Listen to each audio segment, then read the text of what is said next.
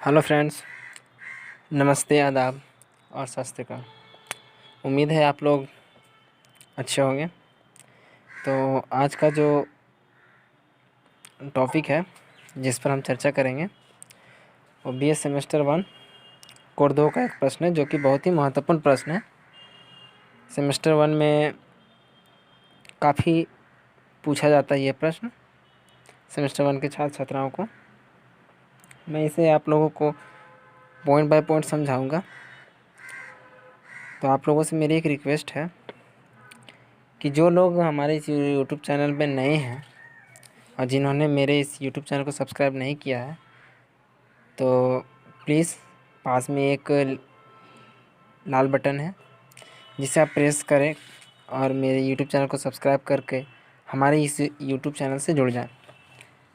और पास ही में bell icon भी है, उस बेल आइकन को भी प्रेस कर लें ताकि हमारा हर नया वीडियो आप लोगों तक सबसे पहले पहुँचे। तो चलिए उस प्रश्न पर चर्चा करते हैं जो सेमेस्टर 1 के छात्र छात्राओं को बहुत ही फायदेमंद होगा। और हमारे इस वीडियो को अधिक से अधिक लोगों तक शेयर भी करें ताकि वे लोग भी इसका लाभ उठा सकें। तो चलिए देखते हैं वो प्रश्न कौन सा है। नेपोलियन बोनापार्ट के पतन के कारणों का उल्लेख करें। ये प्रश्न आपको इस तरह से भी दे सकता है, स्पेन के फोड़े तथा रूसी अभियान ने नेपोलियन को सर्वनाश कैसे किया। देखिए, अगर क्वेश्चन आपको दे देता है स्पेन के फोड़े तथा रूसी अभियान ने नेपोलियन का सर्वनाश कैसे किया और नेपोलियन बोनापार्ट के पतन के कारणों का उल्लेख करें, तो दोनों प्रश्न एक है पर इसको दो तरीक़ा से दे देता है। तो बहुत से स्टूडेंट इनमें कंफ्यूज जाते हैं।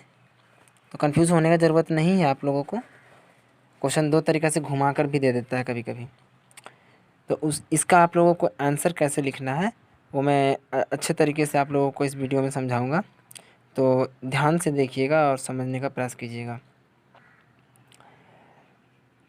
1807 ईस्वी में टिलसिट की संधि के साथ नेपोलियन बोनापार्ट अपने उत्कर्ष की चरम सीमा पर पहुंच चुका था।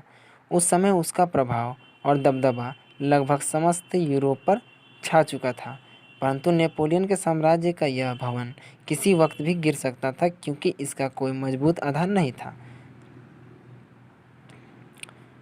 1811 ईस्वी से वे शक्तियाँ एकत्रित होने लगी जो इस भवन को धराशायी करने के प्रयत्न में थी। स्पेन से युद्ध के संदर्भ में नेपोलियन ने स्वयं कहा है कि स्पेन के फोड़े ने मेरा सर्वनाश कर दिया। जैसे कि यहाँ पे आप को समझने के लिए आया, स्पेन के फोड़े ने मेरा सर्वनाश कर दिया, ऐसा नेपोलियन ने खुद कहा है। ठीक है, अब अगला जो पॉइंट आपका हो जाएगा इसमें नेपोलियन के पतन के कारण। नेपोलियन का अब पतन कैसे हुआ उससे आप पॉइंट बाय पॉइंट लिख सकते हैं। पहला पॉइंट लिख लीजिए आपकी इस नेपोलियन का पतन का क्या क्या कारण था, तो उसके अंदर आपका ये पॉइंट आ जाएगा। पॉइंट बाय पॉइंट उसे कर दीजिए।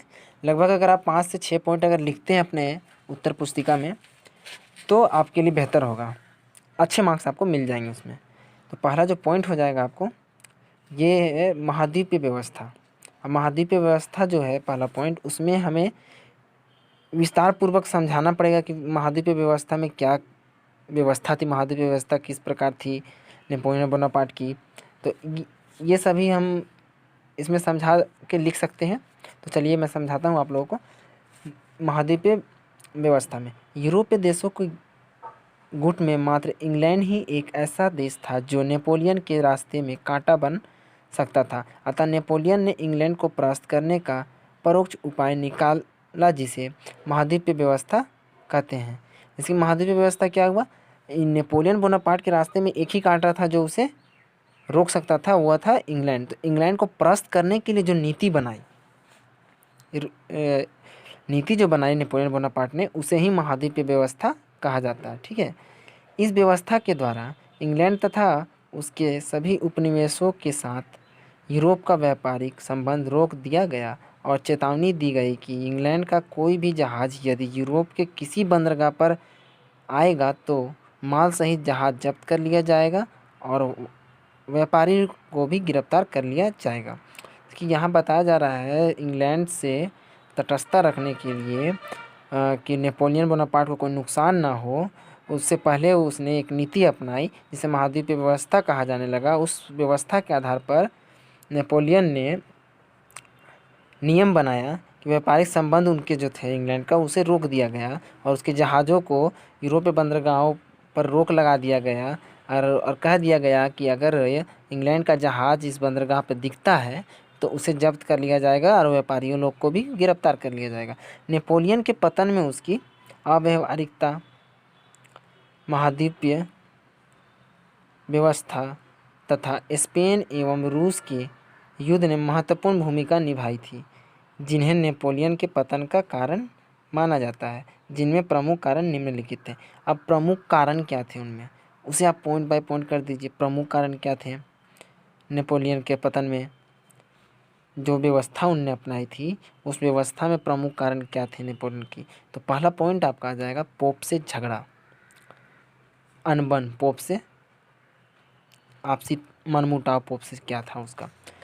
तो इस पॉइंट में भी थोड़ा सा आपको डिफाइन कर देना है कि नेपोलियन से पोप का मनमुटाव महाद्वीपीय व्यवस्था के अनुपालन की समस्या को लेकर हुआ। पोप नेपोलियन के प्रतिबंध को मानने के लिए तैयार नहीं था, अतः नेपोलियन ने 1808 ईस्वी में रोम पर आक्रमण कर उसे अपने अधिकार में ले लिया। पोप ने उसे धर्म से बहिष्कृत भी कर दिया। नेपोलियन को जो है पोप ने धर्म से बहिष्कृत भी कर दिया था। अब दूसरा पॉइंट आपका आ जाएगा औद्योगिक क्रांति। नेपोलियन के पतन का वास्तविक कारण औद्योगिक क्रांति थी जो इंग्लैंड में शुरू हुई थी।